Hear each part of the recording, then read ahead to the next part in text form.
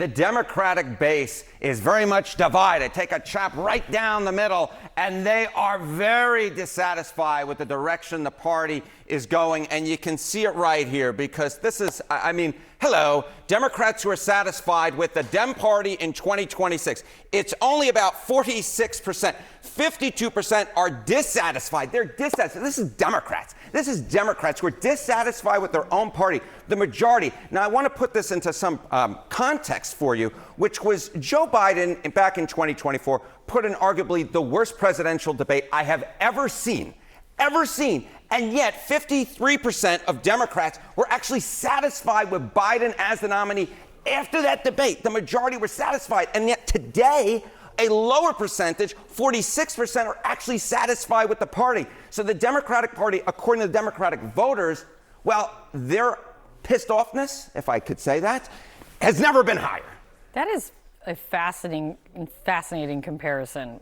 Yeah. That really is. It really puts it in the context just how upset Democrats are right now. Okay, so how upset are they? How do Democrats feel about Democrats in Congress specifically? Yeah, I feel like we're turning into the Tonight Show here. Okay, how upset are they in Congress, right? So you see this 46% who are satisfied with the party, the majority who are dissatisfied with the party. Again, this 46% lower than they were satisfied with Biden as the nominee after the worst debate performance of all time. And you can just see it right here. Democrats' net approval of congressional Democrats. Look at this. In October of 2025, right during that shutdown, that first shutdown, plus 22 points on the net approval rating. So Democrats, okay, fairly satisfied with Democrats in Congress. Today, though, look at that. That is an over 30-point drop, a decline right into the ocean right there, minus 9 points. And I will note, it had never been negative. Democrats had always had a positive net approval rating of their own party in Congress in every Congress before this one. But now what we're seeing is consistent numbers across the board where Democrats are underwater, congressional Democrats are underwater with their own party. And that's why I think these primaries are going to be so interesting, because they're going to tell us, okay, which way do Democrats want their party to go? But how upset are they? Are there signs that this reflects we want you to be more left or more center or more right? Yeah, this is the big problem, which is Democrats aren't sure what direction they want their party to go. Democrats want their party to move left, 28%. Not move at all, 18%. Move center, 47%. This is a party divided where they're not actually giving a clear message of where they want their party to go. The one thing I will say is 61% of all voters want their party to move to the center. So if all of a sudden Democrats are actually going to move to the left, which is not what their party wants, that will actually upset the rest of the electorate. The only thing that really unites Democrats right now is they are very upset with Donald Trump. And I think the candidates who are able to actually capture that, that's the candidates who are going to advance the general election. So what are we looking at in California? Yeah, what are we looking at? Johnny B teed it up, right? All the candidates, regardless of party, run in one primary. The top two advance in the November general election. And there has just been some massive movement over the last month. Just take a look. Chance to be in the top two in the California gubernatorial primary. Right now, it's pretty clear there are two folks who have a much better chance, according to the Kalshi prediction market. Javier Becerra, of course, the former Biden administration official, Democrat, and then Republican Steve Hilton, 77%, 92% chance. But look at Becerra's chances, up like a rocket from 52% to 92%. Hilton staying pretty gosh darn steady.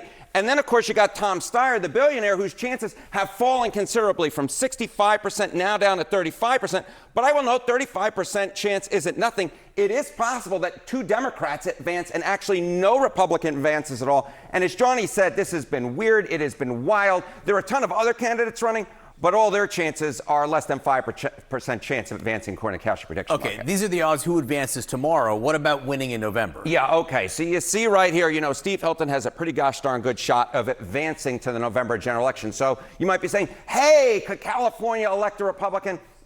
Probably not. And it's really simple here. Chance to win California's gov election. Take a look here. Again, the clear favorite here, Javier Becerra, up like a rocket from 39% now to a 68% chance of, in fact, being the next governor of California. But look who's number two. It's actually Steyer, the other Democrat. His chances have fallen in half, but still 21% chance to, in fact, be the next governor of California. You can see right here, Steve Hilton still below 10%, 8% to 9%. And again, no other candidate above 5%. So, you look to tomorrow, what we're probably looking at is Javier Becerra and Steve Hilton advancing, a Democrat and Republican. It's still possible possible that Tom Steyer, the Democrat, also advances, knocks Hilton out, maybe knocks Becerra out. We'll have to wait and see. But come November, chances are that California is going to elect a Democrat, Becerra being the favorite, but it could be Tom Steyer as well. One of the interesting dynamics in this race is that the Democrats have all run against President Trump, and the Republicans, and to a certain extent a Democrat or two, running against incumbent Democratic Governor Gavin Newsom, at least against his policy. So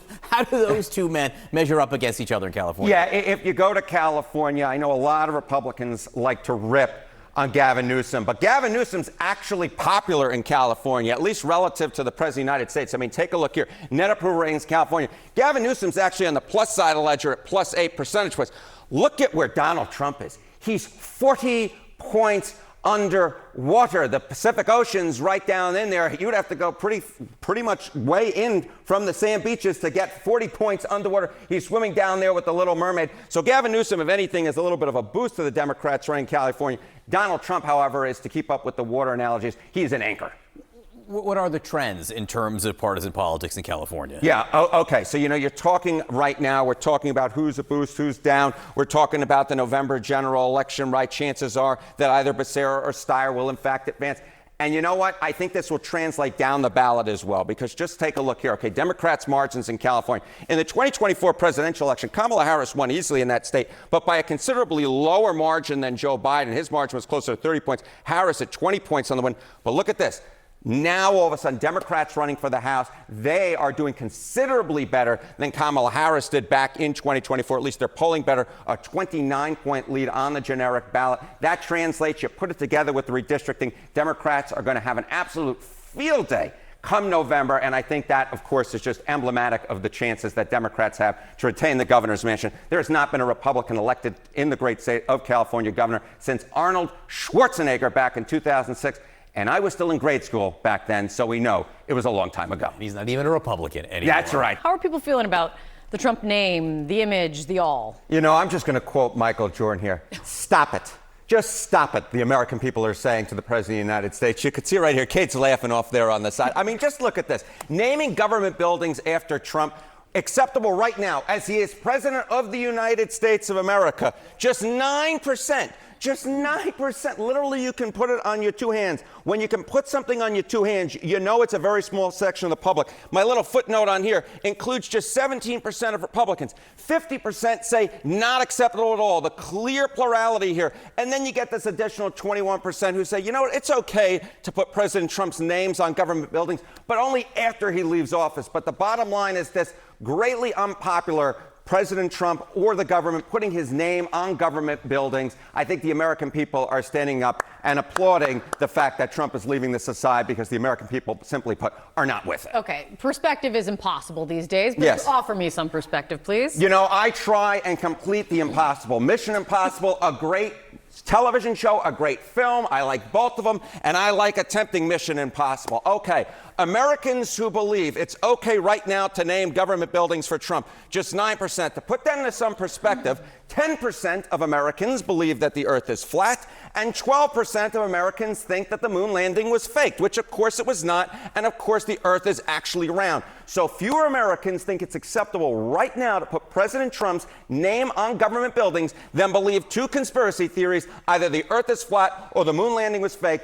And when you're lower than that, you know that you're doing something quite unpopular, which, again, I'm going to pull out another quote, Siskel and Ebert. 2 thumbs up the American people are giving right now to the idea that President Trump is just going to walk away from this Kennedy Center fight. How does this fit in kind of the broader, larger context of President Trump and his name and all of the focus? Yeah, okay. President Trump got elected to a second term to deal with inflation. Of course, right now, what we're talking about is President Trump getting record low ratings on inflation, not just for himself, but for any president. And it just goes back to this. Trump on issues facing most Americans, focused enough. Just 29%, just 1 in 3 Americans say that President Trump is focused enough on the issues facing most Americans. The clear majority, the supermajority, more than 2 in 3, 68% say no, he's not focused enough. And that is why his approval rating has been falling in the 30s in multiple polls, because he's focused on the wrong issues. He's focused on putting his name on the government buildings. They're talking about, what was that $250 commemorative bill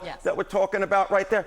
Dude, Again, just to quote Michael Jordan, stop it. Focus on inflation, focus on the economy, and then maybe your approval ratings will actually get above 40%. What's new for Graham Plattner lately? Yeah, I mean, look, there have been a lot of revelations about Graham Plattner as this campaign has gone on, from tattoos to sexually explicit texts. But this one might be different. And the reason I say that is, take a look here. Google searches for Graham Plattner in Maine up significantly over the past few days. We're talking about up 275% the last 3 days versus the 3-month average.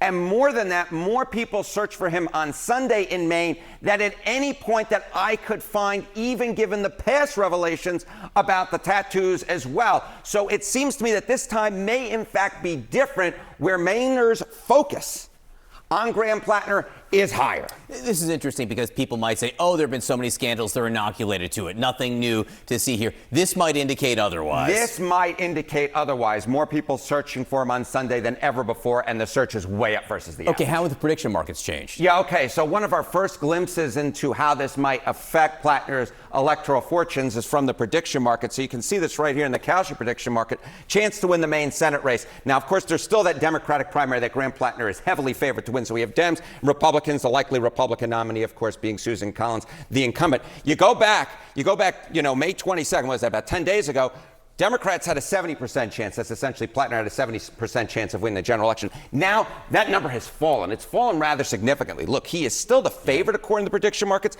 a 59% chance, but you're basically going from about a 7 in 10 shot to about a 6 in 10 shot. This is now a race that, if you were projecting it out, I would say would be well within the margin of error. I dare say too close to call, although Plattner's still favored, but his chances have gone down significantly, and Collins' chances have gone up significantly. And part of the reason this number here will make Democrats in Maine nervous, I think, is because of the incumbent Susan Collins, her history. She's been very resilient, despite being seen as vulnerable for decades. Despite being seen as vulnerable for decades. She was first elected back, I believe, in 1996. But if you look at the last 3 times that she has run, take a look at the polls underestimate Collins in Maine. In 2008, the polls underestimated her by 8 points. 2014, the same thing. The polls underestimated her by 12 points. In 2020, the polls estimated her by 12 points. Oh, my goodness gracious. And she was down about 10 points before any of the revelations came out this weekend, which, according to the past polling errors, she would be well positioned to make it quite the race. And if, in fact, the prediction markets and the Google searches suggest that this race will, in fact, tighten, well, then Graham Plattner's lead may very well be lower than the past errors that have, in fact, allowed Susan Collins to win, like they did in 2020 when she was trailing the pre-election polling. It was always going to be difficult for Democrats to take the Senate in this election, but really any path to taking the Senate goes through Maine. Yeah. So what are we seeing about the chances of taking the Senate right now? Yeah, if you take a look, the chance of getting the Senate right now, you go back 2 months ago, it was about a 50-50 split, right? Now Republicans, again, it's close, but Republicans are now slightly favored to take back the Senate, no doubt in part because of what is going on in Maine, which just makes that path, which is already difficult, a little bit more treacherous. This feels like a Plattner tax right now in those overall chances to take the Senate.